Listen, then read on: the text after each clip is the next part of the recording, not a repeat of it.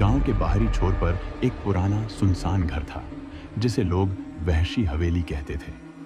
कहा जाता था कि उस घर में जो भी गया वह कभी वापस नहीं आया। एक दिन राहुल नामक युवक को गांव वालों की इन कहानियों पर विश्वास नहीं हुआ और उसने तय किया कि वह उस हवेली के रहस्य को सुलझाएगा। रात का समय था। राहुल एक मशाल लेकर हवेली की ओर चला। हवेली के बाहर एक भयानक सन्नाटा था।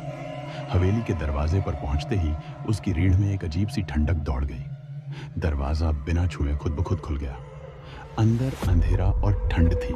धीरे कदम बढ़ाते हुए अंदर गया। चारों ओर बिखरी धूल और दीवारों पर जमी काई ने यह साफ कर दिया कि यह जगह कई सालों से वीरान थी। जैसे ही वह एक कमरे में पहुंचा, उसे कहीं दूर से एक हल्की सी आवाज सुनाई दी। ऐसा लगा मानो कोई उसे पुकार रहा हो। वह रुक गया और आवाज पर ध्यान दिया। वह आवाज साफ थी, राहुल।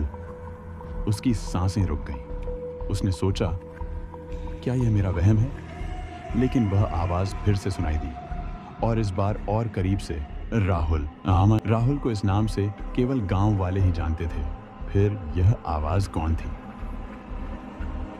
धीरे धीरे कदम बढ़ाते हुए अंदर गया। उसका दिल तेजी से धड़कने लगा, लेकिन जिज्ञासा ने उसे आगे बढ़ने पर मजबूर कर दिया। वह उस आवाज के पीछे पीछे चल पड़ा। आवाज एक पुराने दरवाजे के पीछे से आ रही थी। राहुल ने दरवाजा खोला और भीतर कदम रखा। अंदर एक बड़ी खाली जगह थी। अचानक हवेली की दीवारों पर टंगे शीशे में कुछ अजीब सा दिखा। राहुल ने देखा कि शीशे में उसकी परछाई नहीं थी। उसकी जगह एक औरत खड़ी थी। उसकी आंखें लाल थीं, बाल बिखरे हुए थे और चेहरा पीला पड़ चुका था।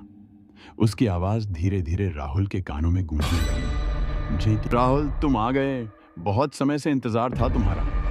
राहुल को एहसास हुआ कि वह अब खतरे में है। वह तुरंत पलटकर भागने लगा, लेकिन दरवाजा अपने आप बंद हो गया। हवा ठंडी हो गई और एक जोरदार हंसी हवेली में गूंज उठी। राहुल ने दरवाजे को जोर से धक्का देने की कोशिश की, लेकिन वह हिला भी नहीं। अचानक उसकी आंखों के सामने वही औरत आ गई। उसका चेहरा विकृत था और उसकी हंसी खून जमा देने वाली थी। तुम भी अब यहीं रहोगे, जैसे बाकी सब रह गए। राहुल ने अपने चारों ओर देखा। कमरे की दीवारों पर लगी तस्वीरें अब जीवंत हो चुकी थीं।